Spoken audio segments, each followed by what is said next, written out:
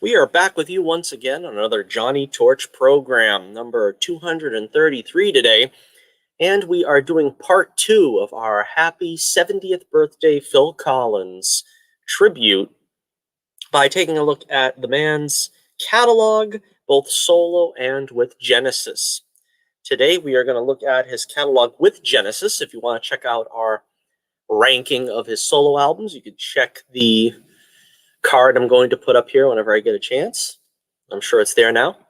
And you can check that one out. We did 8 studio albums, solo studio albums. Now we're going to do the 8 Genesis studio albums. So if you're a fan of Phil Collins and Genesis, sit back and we're going to try to get through every song. We're going to review every song. We're going to review every album, and we're going to rank them the way I prefer them. Now, again, there is no such thing as a poor Genesis album, so this is going to be tough, and I'm not saying any of them are poor. And just a word to the wise before we get into it. I know Genesis fans have a habit of being snobs. I know that they are against the Phil Collins era, particularly the commercialized success the band had. And I'm going to tell you right now, I am not going to tolerate any disrespect. I'm not going to tolerate it. I'm a Phil Collins fan first. And so we're not doing any of the Peter Gabriel Genesis albums. I'm sure they're great, but we're doing the Phil Collins era Genesis music. So again, don't waste your time and mine trying to disrespect me or the list in the comments section. So you've been warned. All right, so we are going to start with the least. We're going to move from the least favorite album of mine to the favorite, and we are going to look at some of the tracks from the sessions that didn't make the album, but they are on the box set. And we're not going to do any live albums. Maybe we'll do a live album ranking special some point in the future. But just the studio albums. And, well, let's begin. Let's not waste any further time. All right. First off, we'll go with the 8th album, the least favorite in the canon of the Phil Collins era Genesis albums. And we will start with Wind and Weathering. Yes, Wind and Weathering gets the least play by me. And I know it's Tony Banks' favorite album. It's been referred to as a feminine album, I guess because there's a lot of soft tracks, and the guys did sort of more mid-tempo ballads in this album. Still a great album, but I don't replay it quite as often. It starts off with a good number, 11th Earl of Mar. That happens to be a favorite of this album. But even here, I think when they slow it down and they do sort of the bridge in the middle with Daddy's Coming and whatever, I kind of feel like that was just sort of out of left field. I don't know. That kind of brings the song down for me a bit. But again, one of the better tracks on the album. A good up-tempo song about, I think, a real historical character, as Tony was wont to do from time to time. Second track, One for the Vine. To be honest with you, probably one of my least favorite Genesis songs. It's just kind of, there happens to be one of these on every Genesis album, and as much as I love Tony, I think this was a track where he just went off and experimented, and it's another one of those sort of mythic battles of a warlord and stuff, and the music is very adventurous and creative, but it really honestly does nothing for me. So yeah, probably one of my least favorites. Your Own Special Way. This is a very pretty song. Mike Rutherford supplied the lyric. You know, it's one of the stronger tracks, I would say. It's another one that kind of meanders a bit before the guys really started to tighten the screws on their tracks. Watt Gorilla is sort of a brief instrumental. I think it was described as an instrumental doodle by Steve Hackett. Of course, this is the final album with Steve in the band, and his presence is made known here quite a few times, but he left the band not being particularly happy with the lack of his songs getting on the album. So again, it kind of also flavors the melancholy of the album, knowing that Steve was about to leave. All in a Mouse's Night. This is one of my favorites on the album. This is a good track in my opinion. We have sort of one of those fantastical tales that Genesis were good at in the early stages of their career about a mouse, and it's sort of a slightly slapstick story of a mouse and his adventures. And musically, it's very good. I like it. Blood on the Rooftops, again, sort of a take it or leave it song. I've kind of grown to appreciate this one a little bit more in recent years. It's sort of a look at the posh afternoons in England back in the day when, I suppose back in the 60s, he talks about like Batman and Tarzan and things they watched, and sort of the state of affairs at the time. Again, it kind of grew on me in recent years. It's a lot more of a quieter song. You can tell Steve's influence with a much more acoustic sounding guitar. So, it's pretty good. And the instrumental epic Unquiet Slumbers for the Sleepers in That Quiet Earth. I guess it's basically 2 tracks technically, but they're stitched together. And this one builds to a nice pitch. I kind of like the way it builds up, and it siegs, so to speak, into Afterglow, which of course is one of the all-time greatest Genesis songs. That, of course, by Tony Banks. It's 2 different kinds of songs when you hear it live and when you hear the recorded version. But the recorded version is actually still very powerful. It doesn't have like the big drum finish from the Three Sides album, but again, very strong. And I like the sort of the reverb or whatever that they put on Phil's voice in this. So again, a very good album. It's got a very atmospheric cover. I really love this artwork. This is one of their stronger covers, I think, because not all of them are particularly effective, but I think Wind and Wuthering had a particularly effective cover. You kind of feel this is what the album is going to be like when you see the cover. And let's take a look at the extra tracks here. Stuff that was produced that didn't quite make the album. Pigeons, I believe, was in this session. And they, again, it's another little tongue-in-cheek song. You get Phil sounding like he's singing through a micro, like a what do they call one of those megaphones, which was a funny effect. I think that was pretty cool. Inside and Out, kind of the opposite. It's a much more serious song about a man sent to prison for a crime he didn't commit. Kind of a downer, but the music at the end is very exciting and adventurous, and makes it worth listening to.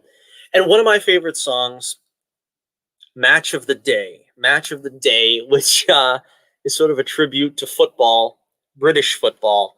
But I know the guys, I think, in the band are pretty much, they see it as kind of like a a very extemporaneous song, nothing too special about it, but it's a classic in my opinion. So Match of the Day, one of my favorites. That's from the 1976 sessions of Wind and Wuthering. So again, good album, but it's still probably my least favorite in the Genesis catalog. All right. We'll move on now to the next. This would be number 7 in the A to Z, so to speak, ranking video. And I'm going to put next, this was kind of tough. I'm going to put, and then there were 3. This is kind of bizarre photo here. I don't know exactly what the cover was trying to, I don't know. There's like, I think it's supposed to evoke like cowboys and out in the range. It kind of works with Ballad of Big, but again, it doesn't really look like it seems to go with the album. But I love this album. This is a great album. I think it's very underrated, but there does seem to be kind of a lack of consistency. We'll see. Down and Out. Again, this is a great opening number. This is a great song. It's basically, it reminds me of that Pink Floyd song there. It's like about like a sleazy promoter that's basically just trying to like use a group and then dump them. And it's got a lot of character. I like this song a lot. Next is Undertow, and this is probably another one of my favorite of the what Tony calls his more terminal tracks. It's basically, if this was the last day of your life, what would you do? And it's just a lovely sounding song. I love the words, very meaningful, and Tony really hits. He really hits it with that one. He really hits the high note on those types of songs because he does those quite frequently, and that's probably one of his best. Ballad of Big, again, this is kind of a throwback to sort of you see the guys do this once in a while. I know Phil is particularly a fan of like the Alamo and all those Davy Crockett and all that stuff that he grew up with in those days. So I wouldn't be surprised if this was one of his tracks. I'm not sure who wrote it. Ballad of Big tells the story of a sheriff going out and taking a bet that goes awry when he and his men are killed by an all-star Indian tribe. Again, it's pretty good. Snowbound, again, this is kind of a semi-dark tale from Michael Rutherford about a sort of a snowman who, depending on the interpreter, it's either the spirit of a man trapped inside of a snowman, or it might be just the snowman himself and what he endures during his all too brief life. And it's got that kind of mythic quality that Genesis was known for in those days. Burning Rope, again, this is sort of the song on this album that I think is just Tony going off and doing his thing. Again, this one doesn't really work for me that well. It's probably one of the weaker tracks on the album, in my opinion. Deep in the Mother Lode, again, we go back to sort of that 1800s. Go West, Young Man is a part of the chorus. Mike wrote this one. And, I like it. I think there's a lot of energy to it, particularly live. But it's still a great track. I like it. Many Too Many, probably my favorite song on the album. It's sort of a love song, a relationship gone awry. And Tony, just really pulling on the heartstrings there. It's probably my favorite. I don't think I've ever heard the guys do it live. But again, it's one of those songs that you kind of wish were a little bit longer, by at least, another 30 seconds at least. There's some great guitar work by Mike. And again, this was Mike taking over guitar duties since Steve left the band. Of course, the album being called And Then There Were Three was a sort of reference to that. And I think this was sort of, probably a real good showcase for Mike's guitar playing, a real great number for him with the guitar. Scenes from a Night's Dream, another song I like a lot of energy. Certainly one of my favorites. It's based on the British comic, I guess, back in the day, Little Nemo, The Adventures in Slumberland or something like that. I've heard of it before, but I guess it was more popular there in England. Say It's All Right, Joe. Okay, it's passable. I might pass it once in a while, but it's kind of that Set 'Em Up Joe, again, one of those type songs, tribute to sort of a saloon song that Frank Sinatra would sing. It's a good song. I like it. The Lady Lies, this is a good, again, this is another one of those Genesis tracks where, you get a real fanciful story about, goblins and demons or what have you, and this sort of brave knight's tale and how temptation gets the better of him. And, it's really cool. I like that. And probably the first charting hit that I guess the guys got, I believe, if I remember correctly, it made it to the top 20, was Follow You, Follow Me. Again, a very lovely song. A very pretty sounding song from Mike Rutherford. And I think everybody loves that song. Let's see. The Day the Light Went Out is a track written for the album, but didn't quite make it. Again, this is sort of like an end of the world song by Tony. He's known for doing them quite frequently, and this was, again, a good one. One of my favorites, though, probably of all Genesis songs that didn't make the cut, this is probably in the top 5, or maybe even the top 3. Vancouver, where Phil tells a story of sort of a, girl that wants to go out and make it on her own, but she kind of counts the cost and how it would upset her family, and she does the right thing by the end of the song. I really like it. It's sort of Genesis answer to she's leaving. She's leaving home from the Beatles, and I quite like it a lot. That's one of my favorites.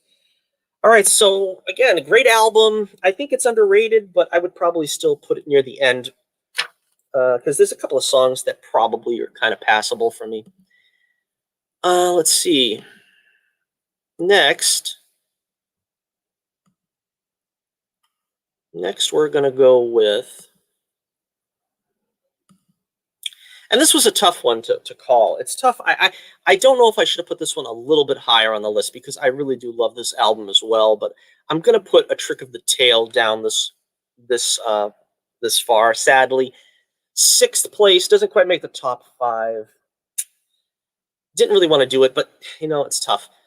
This was the first album, of course, that Phil left the drum kit in order to sing as well in 1976.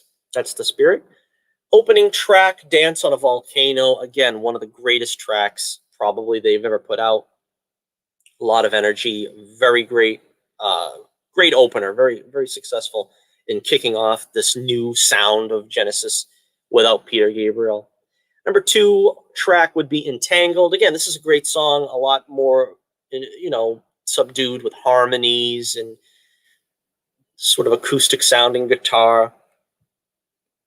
And again, Steve Hackett, presence felt and does quite a good job here. Squonk, another of my all-time favorites. This is a great song. The tale of the mythical creature that dissolves itself into tears and the hunter that tried to capture this elusive prize. Again, it's great musically. It's a very heavy song. I think if I remember correctly, Phil said this was sort of their When the Levee Breaks, their take on sort of like a heavy Led Zeppelin song. And again, it's great. I would have liked to see them go in this direction, more often in their music. But they didn't quite, did they? Madman Moon, again, that's a great song. It's probably the one I pass the most on this album. It's, again, kind of a meandering track. Tony does sort of a flight of fancy there. He does get better as the albums go on, but I think in the early days, there was still sort of a bit of excess with some of his, adventurous tracks. Robbery, Assault, and Battery, kind of a cute little number. I like that one. It's, it sounds kind of tongue-in-cheek. It's it might be passable once in a while. I'll pass it, but it's not a bad song. Ripples, it's a great song. That's one of their great mid-tempo tracks, I guess. And again, it goes into sort of a long orchestral piece in the middle and then comes back to it again. Angels Never Know Its Time. Great lyrics. Again, a great song. A Trick of the Tail, the title track. This is, again, sort of like a throwback to the Beatles, I think, type sound. Very kind of, Eleanor Rigby maybe type feeling to it. And again, we're doing the mythical qualities of sort of like some mythical creature that tries to leave his abode for the big city and finds that he's seen as a freak. And of course, the end of the album is The End, Los Endos, which sort of reprises the Squonk portion of the instrumental portion of Squonk. Again, a great ending, great song. It's Yourself was originally intended to sort of segue into Los Endos. That's a good song. It's a great song. I think they had the added verse in the box set. That's the best version of it. Again, I might be wrong with when these songs were attributed to what sessions they were written under. I'm pretty sure I'm right in the estimation I made here. I think that's it for the bonus tracks. But again, great album. I love this album. Trick of the Tail, one of the stronger of the early albums. I would say probably the strongest of the early albums, pre-Duke, at least. All right, so we'll move on here to number 5. This was tough again, just really tough, but the Genesis self-titled track, self-titled album, and this is sometimes referred to as the Shapes album. I think the band itself refers to it as the Mama album because that's the title track, but they just didn't have the heart to call it the Mama album, which I can understand. I don't really know if I would want to go into a store and say, could you find me the Mama album? But this one, I tried to put this one as high as I could because this is another one where, sort of like Face Value, there is not probably as many really strong songs, but the songs that are strong are strong.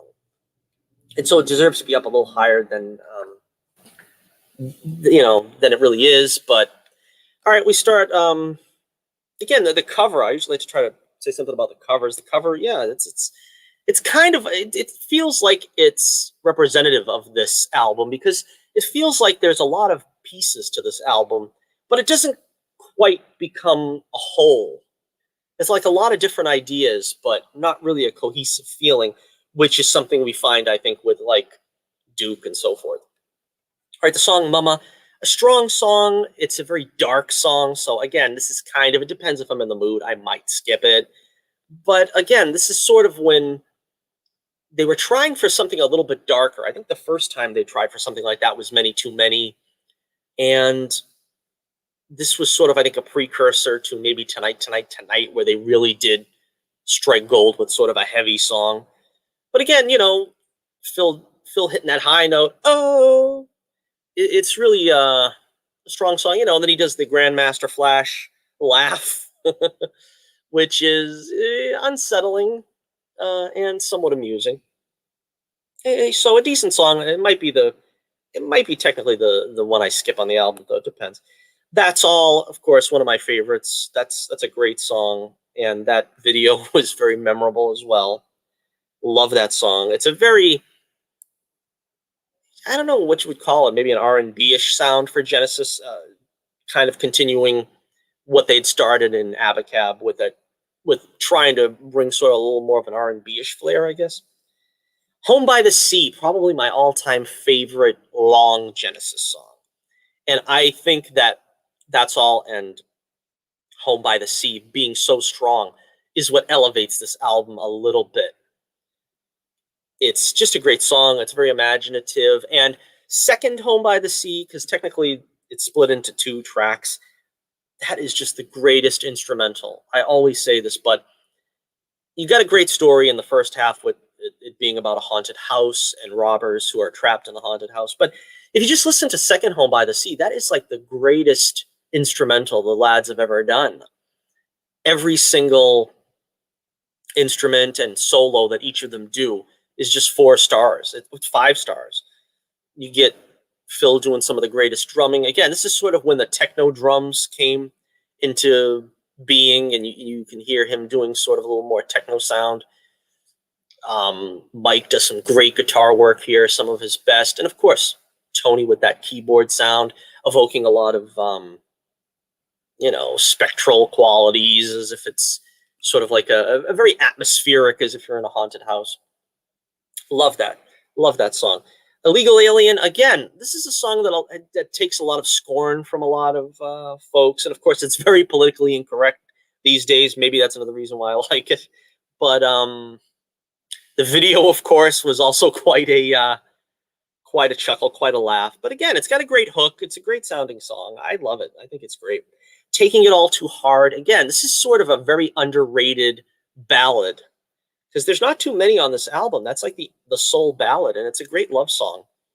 And yeah, I don't know really why it never got quite, I don't think it got quite the airplay that it should have. Just a job to do. Again, a lot of high energy. A great sounding song about a hitman. Or I think I think it might be more about like an FBI man, because if you see the liner notes, it looks like a Dick Tracy character or something. It's a very imaginative song, and I really enjoy it. Silver Rainbow, I think, is another underrated hit, another underrated classic in the Genesis catalog. It's again very experimental. It's a very different sounding song from a lot of what Genesis had done, and I think it's one of the more successful. A lot of times trying to go out there and do something weird. This is sort of like the weird Tony Banks song of this album. And he got better at it. I mean, this is like a great song, and it's probably one of the more experimental things that, Tony was probably trying to do at that time. And the last song, It's Gonna Get Better, again, a great song. There is a live version that has an extra verse, I think. I wish they would have had the extra verse in the studio album, but for some reason they don't. Again, it's just a great song. It's probably the first time they're sort of inching into that, you know, social commentary area, which they don't do all that often, Genesis. But when they do, it was sort of like in the latter half of their career, and that was probably starting with that one, and that was a good one to if they were going to go in that direction anyway. We see a lot more of it in the future. I don't think there was any songs that didn't make the cut, because the rest of them here seem to be from different albums, so we will move on from that. But yeah, I love the Genesis self-titled album. That is one of the greats. All right, number four, we're going to move on to... It was tough which one I was going to put at number 5 and which I was going to put at number 4. I decided to put Duke at 4, although, again, in terms of enjoyability and replayability, I think maybe I like Genesis better than Duke. But Duke has the benefit of a complete structure. You know what I mean? There is like a real narrative to it. It feels like one song flows into the next, and it feels like there is some kind of a cohesive whole, which for some reason appealed to me. I don't know, but the songs are very strong on here too, so let's not underplay them. Behind the Lines, a great song, a nice opener. Duchess, one of my all-time favorites. It tells the story of a prima donna that sort of it charts her rise and fall, and what happens to her once she's past her prime, and they don't call for more. I think Tony said that he wrote it with the thought that that's what all groups go through, not just the young starlet. Also, the bands like Genesis themselves would experience the hard, lean years where they're trying to build a rep and go out on the road, and then they're up in the top of the stratosphere, and then they start making their decline. Guide vocal, again, this is just sort of a connective piece. This was originally viewed as another concept album, such as, I guess, in the line of, Lamb Lies Down and so forth. But I really don't know what the narrative of this storyline is, because they kind of backed away from that at certain points. Man of Our Times, again, this is kind of a filler track, but it is good. It's got its moments. It's another good up-tempo song. Misunderstanding, of course, it kind of feels like they're stretching out a little bit into Beach Boys area with Misunderstanding. Of course, this was the first song I think that Phil wrote by himself for the band. It was a song that was written during the Face Value sessions, and as I mentioned in the first video when we did the solo albums, Phil brought some of the material from Face Value. It's not positive exactly how much. Some say that he didn't bring Face Value. I know Tony, In the Air Tonight, Tony says he did not bring In the Air Tonight for their perusal, but they chose Misunderstanding as the up-tempo track, and it's a great song. Like I said, I think there was kind of a feeling of that, like this album came out in 1980, and oh boy, 40th anniversary of Duke this year. And you could tell that was kind of a thing that was going on. There was a feeling of sort of a revival of the Beach Boys. They were still kind of doing their thing. Queen did Crazy Little Thing Called Love around that time, which was also sort of a Beach Boys-esque, song. And, the Stray Cats, another one of my favorite bands, were starting to come onto the scene with rockabilly again around the early 80s. So again, this kind of felt like something of that era. Heath Hayes is a song that it really grew on me in more recent years. I kind of, if you would have asked me before, I would have said it was a skippable track, but I really enjoy Heath Hayes now. It's again, this was sort of probably one of those, you know, mid-tempo ballads that Tony wrote for the album. But again, this one is like, compare this to Madman Moon. I would say this is head and shoulders above Madman Moon. This is a great song. I feel like an alien, a stranger in an alien place. It's just a haunting refrain there, and I again, it has a very atmospheric quality that really resonated with me. Like I said, after a few years, "Turn It On Again," one of the band's signature songs, or maybe their signature song. "Turn It On Again." It's it's sort of like I think about I think what's the name of the guy, Albert. But I think it's about a guy that basically is just in love with one of the starlets on his soap opera that he watches every afternoon, and he kind of has fallen in love with the chick, but he knows he'll never meet her, and you know, uh, it's kind of an imaginative tale. I really dig it. "Alone Tonight," I remember the guys saying that they kind of thought of this as sort of a filler track, although the studio wanted them to release it as a single. But again, I think they kind of undervalue it. I think it's a good song. It's again, a very moving song. It's sort of like one of those things that you would find on Wind and Weathering, but done better. It's sort of a nice, mid tempo sort of soft, lush sounding song. But it works. "Cul-de-sac," again, this is sort of the classic Genesis sounding battling army type song that we get pretty much all the time. And again, it's one of the better. I would say this one is on par with 11th Earl of Mar. Um, Again, it doesn't take that side trip that 11th Earl of Mar does. That weird segue. So I'd probably put "Cul-de-sac" as their best um, sort of Henry V song.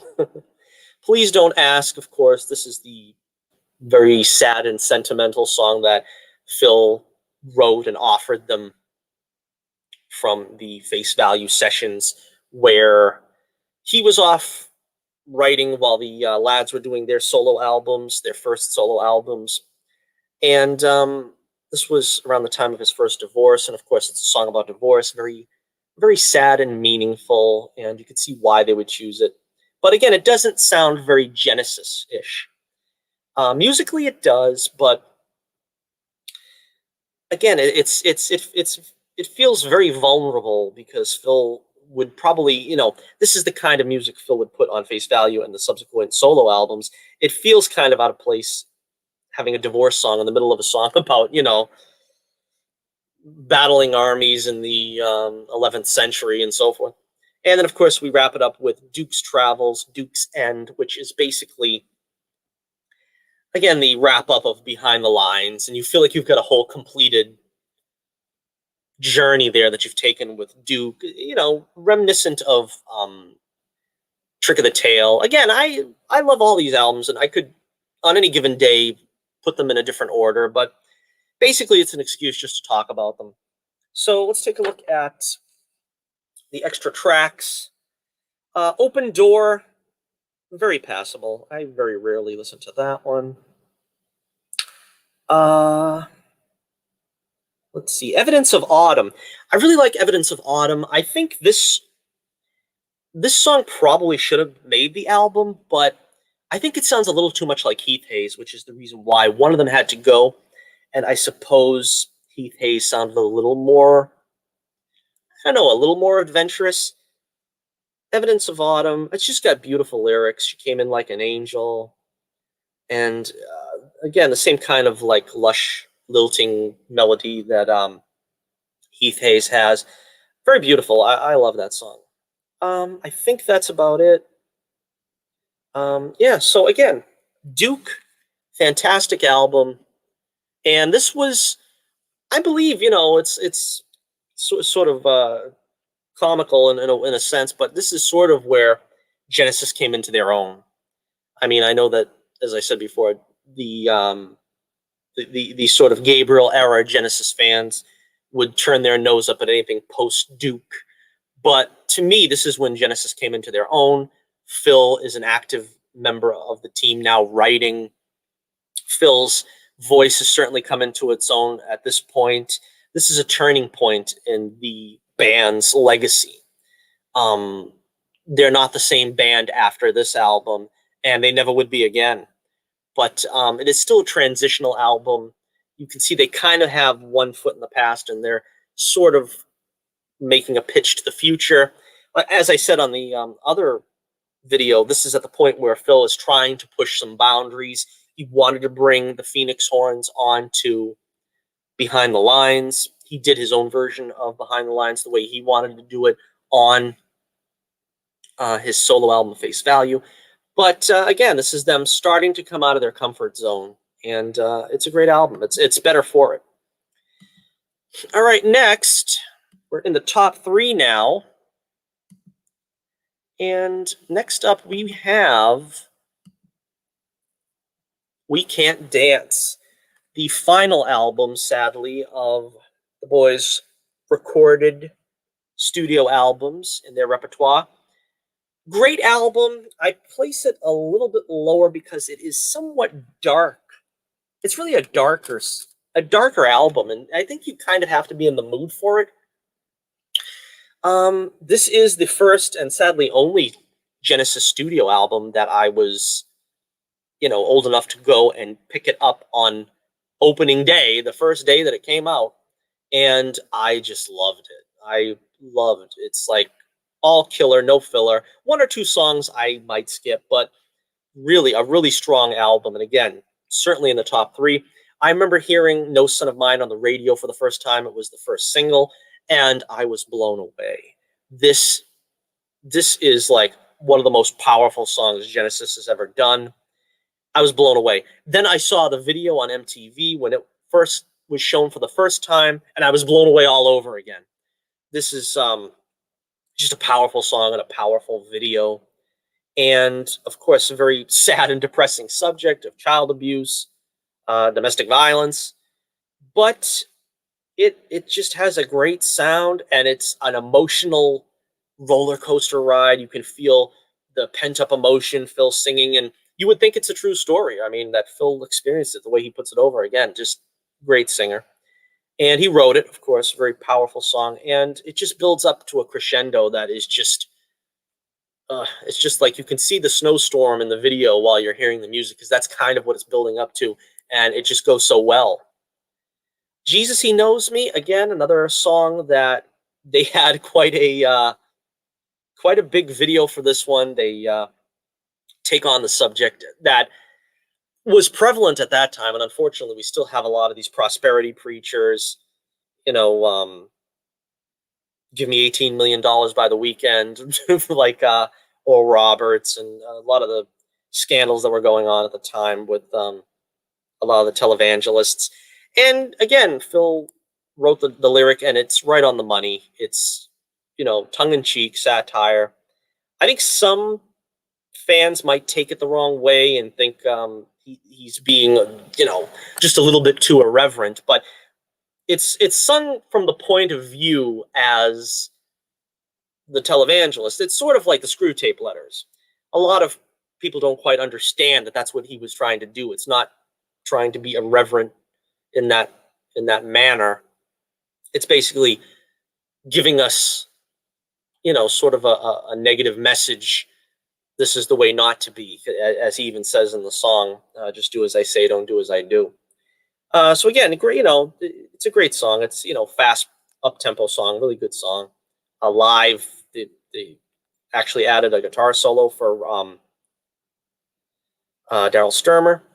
Driving the Last Spike. Now, this is the first Genesis album to have two, that's it, count them, two long songs that were about 10 minutes. And Driving the Last Spike is a great song. Again, I think it was called Irish in the planning stages, the working title. And Phil was reading a book at the time about the English railways, and Driving the Last Spike provided the storyline. And of course, it's just got a great chorus. Again, it's a great, nice, lush sounding song. And the crescendo as it builds up, they'll never see the likes of us again. A lot of these guys lost their lives just building a railway. And, it's seen through the eyes of a guy not knowing if he's ever coming home, just going out to work. Great song, great long song from them. I Can't Dance, of course. This is a great song. Again, it feels like I repeat myself when I say these things, but it's just another great song. We have a very different sounding song here.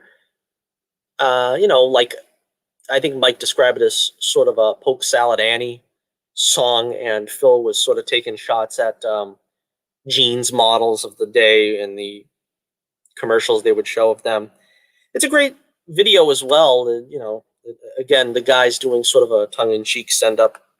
It's a great single. It's here and it's out quickly. It's a great song. Never a Time. I think this is also along with Taking It All Too Hard, an underrated ballad from the band. I remember Phil having a hard time singing this one. He just couldn't get it when you see the behind the scenes of the recording sessions. But really, he nails it. This is just a very emotional feeling ballad. Great song. A great sounding song. And again, it deserved a lot of airplay. I think it was the last single released from the album, and they didn't make a video for it, which is why it probably isn't played as much. Dreaming While You Sleep. This is another one of the boys' heavier songs, like Tonight, Tonight, Tonight, Mama.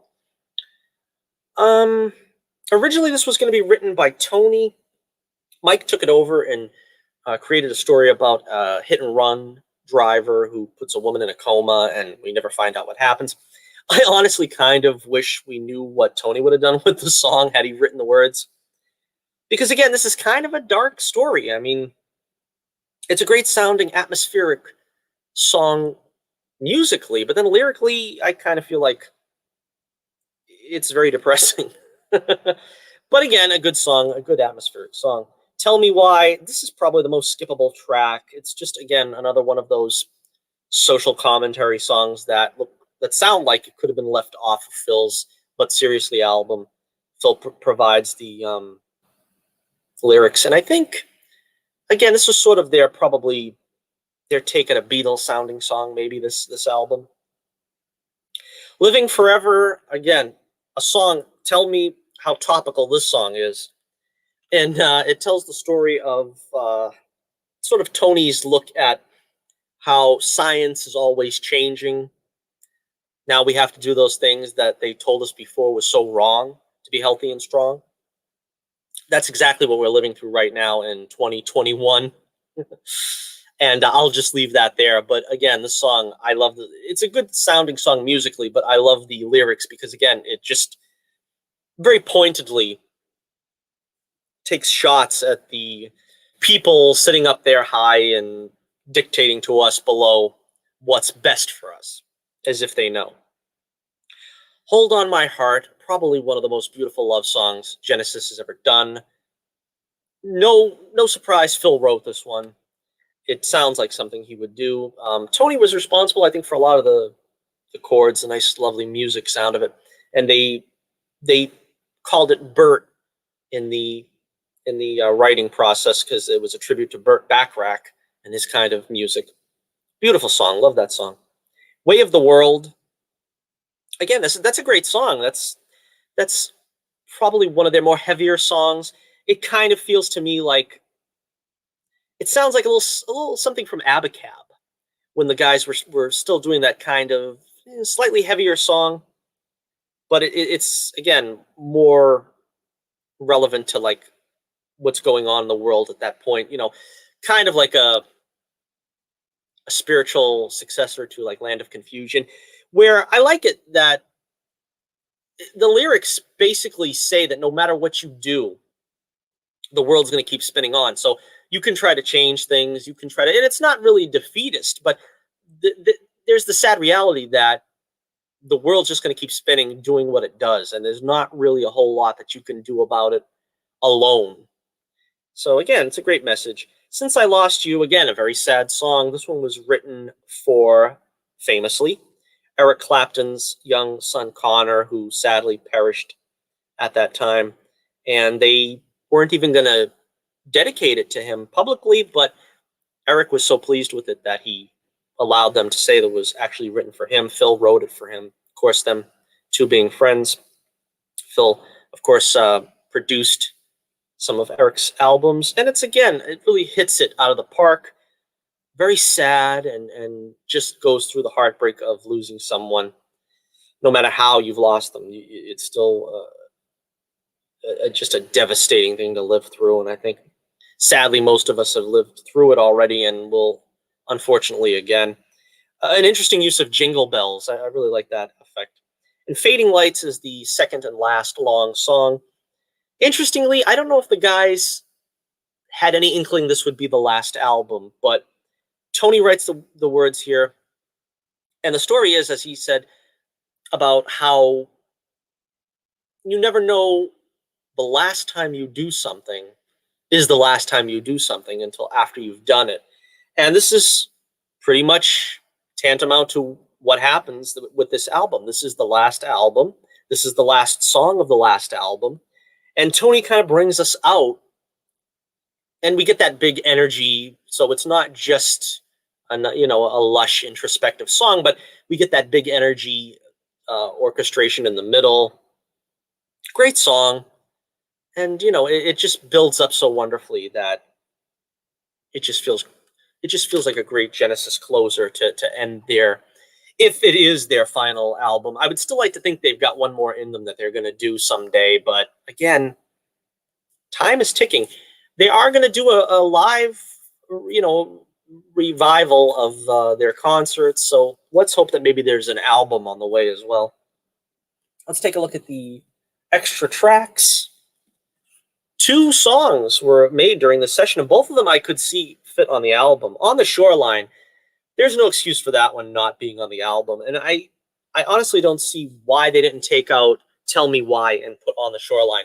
Tony fought hard to put On the Shoreline on the album, but the guys, I think, kind of felt that it was something they'd already done. I would have preferred it. Hearts on Fire, again, also another good up-tempo track. It's a good song I could see also being on the album. Sadly, didn't make the cut. But yeah, just a great album, a great final album from the band, if this is indeed the final album. Let's hope not. But the cover artwork is great. It's kind of gives you the feeling for what's going on here. Sort of the sunset of Genesis. Again, kind of sad in a sense, but I guess that's possibly where they're going to end it. All right, and the number two album on my ranking of Genesis albums, we're going to place Abacab. Oh yeah, Abacab, one of my favorite albums. Again, this is a album that is very consistently good. All killer, no filler. You got a lot of great songs here to choose from, and there's really nothing poor on the album, I have to say. We start off with Abacab, the title track. Great song. Of course, the story behind Abacab, that was the way they referenced the bits in the song. A, B, A, and then, of course, it spelled Abacab, and they kept that as the name of the song and the title. Great song, and a nice instrumental near the close of the song. Very interesting lyric. Kind of makes you wonder, you ponder what that is. But again, that's a great song that they kind of leaned on for a long time in concert and stuff, and they kind of forget about it now. But I think it's probably a milestone in their history, because, like I said, Duke was sort of the turning point. Abacab is when they hit their stride. I think if you want to say where Genesis turned the corner and made it as a band, I would say it's Abacab. Abacab is when they hit their full strength. There's no more sort of meandering, strange for the sake of strange songs. The long form epics are more tighter. The ballads are even more stronger. The vocal characteristic that Phil brings out for them is also stronger and more powerful. They just hit their stride as a more palatable band with their music. So Abacab makes that up there high on my list. No Reply at All. Finally, Phil got his way, and he got them to do some actual brass instrumentation on the album. They brought in the Phoenix Horns, who Phil used for Face Value, to do 2 songs, the first of which made the album No Reply at All, which is a great song in its own right. They tried to do it live. It doesn't sound the same live, but it's a great sounding song on record, especially. And again, it was just Genesis trying to stretch, trying to be more creative and embrace some different areas that they hadn't before. And again, it's kind of whimsical. It's kind of a whimsical song. I like it. Me and Sarah Jane, this is sort of Tony's opus for this album, and it's a very strong song. I love the sound of it. Again, it feels like it's a lot of moods and twists and turns like Tony likes to do in the music. And again, he got better and better at it, and this is a good example of that. Just a great sounding song. Keep It Dark, another Tony Banks epic. And the video was quite entertaining as well. But again, just a strong song about a guy who's abducted by aliens, but finds that they're not evil and threatening. They're really nice people. But when he's brought back to Earth, he can't tell anybody about this because they'll think he's crazy. And musically, it's very adventurous. It's a great song. Dodo Lurker, very, again, kind of a dark, more traditional Genesis song. I think kind of a throwback to sort of the things like Squonk and Dance on a Volcano. This is a good sort of throwback to that kind of song that they were doing, where it's kind of out there. Nobody knows exactly what they're talking about. There's been a lot of theories on what are they talking about. Clothes of brass and hair of brown. Seldom needs to breathe. Don't need wings to fly. And just a great, heavy sounding track. It's again kind of Beatlesque, maybe a little Zeppelin-esque. The way it's treated, very, very good song. Really enjoy it. Who Done It? Who Done It? That's another classic in its own right. It's probably the only song that when I played it, my parents tell me to lower it and bring it down. But it's seeing it live, where Phil kind of looks like Spider-Man or something, also adds a little something of the peculiarity of the song. It just, I don't know, it just kind of doesn't make any sense, but it's a good sounding song for what it is. Man on the Corner, this is kind of a Phil song. It doesn't really, it doesn't really afford the guys too much to do. Just Tony with some backing chords, I guess, with Phil just doing the simple lyric. I think it's sort of Phil's take on Nowhere Man from the Beatles. Again, nice sounding song. It's fine. It might be the skippable one on the album for me. Like It or Not, I think, is an underrated classic. I really love Like It or Not. Mike Rutherford provided the lyric for this one. Again, it's sort of a grungy, it feels sort of like an off the streets type thing, sort of like Many Too Many, sort of like It's Gonna Get Better. It just has that sort of on the comeback trail, it feels kind of urban. I don't know, but I like it. That's one of my favorite songs on the album, actually. I think it's underrated. And another record, again, a very underrated track, The Closer. Kind of makes you wonder who they're talking about. It's about an old rock and roller who has nowhere to go. And who could they be talking about? It's Again, very musically creative and adventurous. I like it a lot. And that is Genesis Abacab, one of my favorite albums. And according to legend, as far as I know anyway, this was supposed to be a double album. So there are quite a few songs in the extra tracks listing here. So we'll go through some of them. Paper Late, of course, was the other song that was up for grabs for the Phoenix Horns to play on. And it's a great high energy song. It's very powerful, just a great sounding song that really could have headlined any other album. This really should have headlined the next studio album, but they kind of put it on the shelf, I think, because they didn't want to keep going to the horn section. But great song. I really like it. One of my favorites, you might recall. I love this song. This is a great sounding song as well. I don't know, it's just got this lilt to it. It's kind of a very wistful song. You could see it kind of being a little earlier in their catalog, as well as coming this late. It's got great lyrics. It's just one of my favorites. It's another song, if I had to pick like maybe 3 or 4 songs, maybe we could do that listing. This would probably be in the top 5 songs that should have made an album without question. Nami Nu, a little bit of a instrumental sort of ditty. It's good. It's enjoyable. It doesn't wear out its welcome. Me and Virgil. This is kind of, I think, this is another place of Phil trying to evoke some of that rural Western type storyline that he fancies, such as in The Roof is Leaking, and the guys did a little of that with Ballad of Big and Deep in the Motherlode. It's a story song. It's not bad for what it is, really, but yeah, I can see why it didn't make the album. And Submarine, again, another instrumental. I could probably see this one making the album, but it kind of feels like it's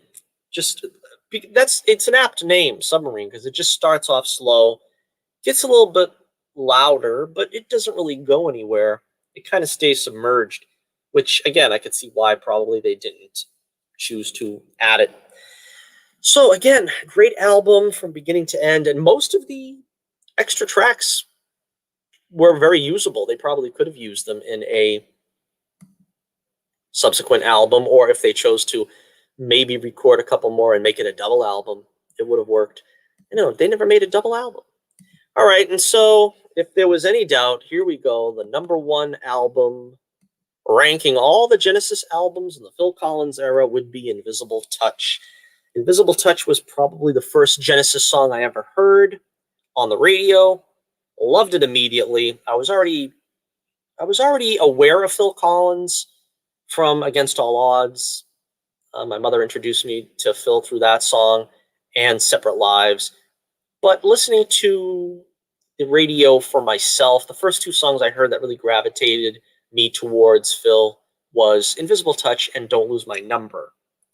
Maybe Sussudio was also around at that time as well. But yeah, my favorite album. I just got this album, loved it from beginning to end. Again, not a weak track on the entire album. I don't care what anybody says. If you don't like this album, you have no taste. Invisible Touch, great single. Phil just puts an astonishing lyric on this. I think this is one of the greatest lyrics he's ever written for Genesis. Invisible Touch. It just evokes this great imagery, and the album cover is really good at that as well. It really feels like it goes with the song. And this was at the height of the band's popularity. Every song had a video. The video for this one, of course, was also kind of memorable as well. The guys just hanging around having fun. Tonight, another all-time favorite of mine. My favorite of the guys' heavier songs. It's just got a great atmospheric sound. Tony with the keyboards. Mike gets some great guitar licks in, particularly near the end. They got the Monkey Zulu inter bridge there, the interplay in the middle. That's a great sounding bridge there, where they have the crazy sounds, which sort of bridge the song. I love the long version too. It's when they play it on the radio in the short version, you get the gist of it. You don't really need the long version, I suppose, but the long version to me is the best way to hear it. You really got to hear the long version. And I think live, they only played the long version during the first tour with Invisible Touch. I wish they would go back to playing the long version live, because it's such a great song live. Land of Confusion, again, I think that one won them the Grammy for video. A great song. Mike Rutherford provided the lyric for this one, and it was sort of their first. I remember him saying it was his first protest song. It took them like they were around for 25 years before they made a protest song or something to that effect. But yeah, too many men, too many people making too many problems. Into Deep, one of the great ballads, all-time great ballads for Genesis. Again, another video that was very memorable. Not a lot happening in the video, of course, but it just also evokes sort of the feeling, like it goes with the song so well. And a great message in the song as well about, of course, fidelity. Anything She Does, I think this is the only song that wasn't either an instrumental or 10 minutes long that didn't get a video, but they did do a video for it with Benny Hill, of course, the late, great comedian. It's a great song. Again, this kind of like harkens back to Turn It On Again, where it's like about a guy that sort of falls in love with a calendar girl, and he kind of will never get to know her. But a great sounding song. And again, that kind of message, that kind of storyline was always fun and entertaining. Domino, Part 1, and the Glow of the Night, Part 2, The Last Domino. It's a great song, but I don't know if it's one of my favorite long songs from them. I think they really enjoy it live, because they really, especially Mike, gets to really cut loose and go for the gusto with a guitar. But it's also one of those, sort of like we already got with Land of Confusion. It's another one of those sort of protesting the man and military and so forth. Kind of feels like we've already done that on this album. But again, it's a wonderful song, and it's a fine, musically, it's a fine, adventurous song with a lot of that sort of chord stuff that Tony likes to do. Throwing It All Away, this is a great song live as well as recorded, but it's a very meaningful song. It was a #1 hit. I think a lot of people overlook it these days, but it was probably their most meaningful song for a long time there, sort of ballad-wise. And closing out the album is The Brazilian. Again, very imaginative and musically adventurous song. I just love that sort of lilting, dun dun dun dun dun dun dun. Just a great sound. And of course, we have some songs that didn't make it to the album. Do the Neurotic was another instrumental. Had a lot of energy. I could see it doing well on an album if there wasn't already an instrumental. I don't think the guys really wanted to put more than one instrumental on, and I think The Brazilian is clearly preferable if you had to choose one or the other. But Do the Neurotic is also good. It's got a lot of energy and a lot of fun. Feeding the Fire. Again, we had already 2 songs about try to change the world, and the people that are in power are really screwing us up. That's why Feeding the Fire basically wasn't going to make the album. But again, it's a great sounding song. I mean, it's that 80s era Genesis sound that I can see any of these that didn't make the cut being on an album, because they are all high quality. But I think it's a crime that I'd Rather Be You didn't make the album. It's again, maybe because it's sort of similar to Invisible Touch in terms of lyrics and